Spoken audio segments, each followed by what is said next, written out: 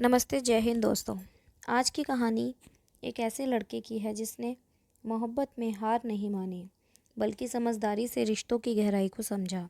सोचिए ज़रा, अगर आपकी नई नई शादी हुई हो और तीसरे दिन आपकी पत्नी आपको ये कह दे कि वो किसी और से प्यार करती है, तो आप क्या करेंगे?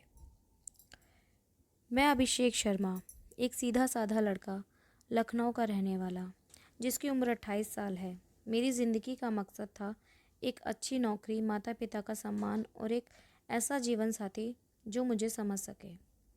बीटेक करने में एक अच्छी मल्टीनेशनल कंपनी में सेलेक्ट हो गया और मेरी ज़िंदगी धीरे धीरे पटरी पर आ रही थी। मेरे माता पिता ने मेरी शादी के लिए रिश्ता ढूंढना शुरू कर दिया था।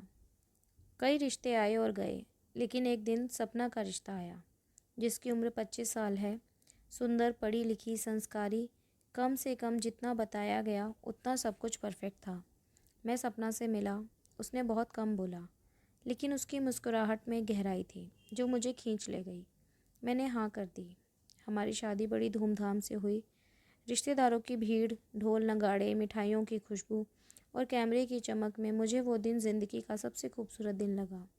पहली रात सपना थोड़ी अजीब थी, चुप, उलझी हुई और कहीं खोई खोई सी। मैंने सोचा हो सकता है उसे समय लगे। लेकिन अगला दिन और फिर तीसरा दिन, हर दिन वो मुझसे और भी दूर होती जा रही थी। तीसरे दिन जब मैं ऑफिस जाने लगा तो माँ ने कहा, बेटा आज छुट्टी ले ले, नई बहू के साथ थोड़ा वक्त बिता ले। मैं मुस्कुराया और वापस कमरे की ओर चला। सपना खिड़की के पास बैठी थी, मोबाइल हाथ में था, आंखें नम। मैंने धीरे से पूछा, सब ठीक है ना सपना? वो कुछ सेकंड चुप रही, फिर धीरे से बोली, माफ़ करना अभिषेक, मुझे तुमसे कुछ कहना है। उसने कांपती आवाज़ में कहा, मैं किसी और से प्यार करती हूँ। समीर नाम है उसका। हम कॉलेज से साथ थे। जब घर वालों को पता चला तो उन्होंने ज़बरदस्ती मेरी शादी तुमसे, मेरे पैरों तले ज़मीन खिसक गई, जैसे पूरी दुनिया एक झटके में ढह गई हो। मेरी आंखों में सवाल थे, क्यों, कब, क्या मैं सिर्फ एक मोहरा था? मैंने खुद को शांत किया। क्या तुम अभी भी उससे बात करती हो? उसने सिर झुका लिया। हाँ, मैं उससे रोज़ बात करती हूँ और मैं तुमसे कभी प्यार नहीं कर सकती। मैंने उस दिन कुछ नहीं कहा, बस कमरे से बाहर चला गया और पूरी रात अकेले सड़क पर घूमता रहा।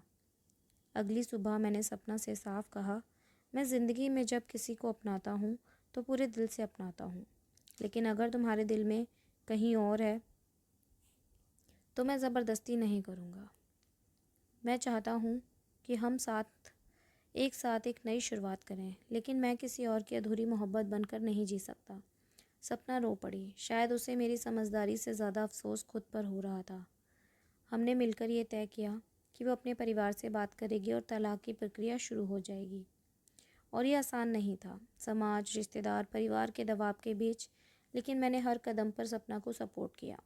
कुछ टाइम बाद मैंने सपना से तलाक ले लिया था। करीब 3 महीने बाद सपना फिर मेरे सामने आई, बिल्कुल टूटी हुई। अभिषेक, समीर अब मुझसे शादी नहीं करना चाहता। उसने कहा, मैं यूज्ड हो चुकी हूँ। मैं हैरान रह गया। क्या? हाँ, उसने कहा, घर वाले अब राज़ी नहीं हैं और वो अपनी ज़िंदगी में आगे बढ़ चुका है। सपना बिखर चुकी थी।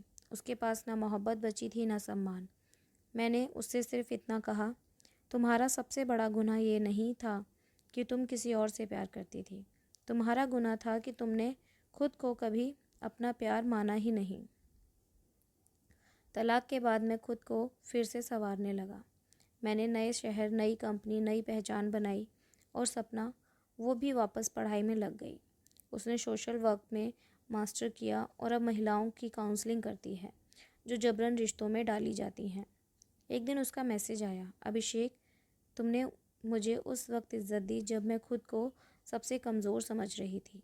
शायद तुमसे अच्छा जीवन साथी मुझे कभी नहीं मिल ही नहीं सकता था, लेकिन तब मैं अंधी थी। मैंने जवाब दिया, हम सब कहीं ना कहीं अंधे होते हैं। फ़र्क बस इतना होता है कि कोई अंधा में किसी को चोट पहुंचाता है और कोई समझने की कोशिश करता है।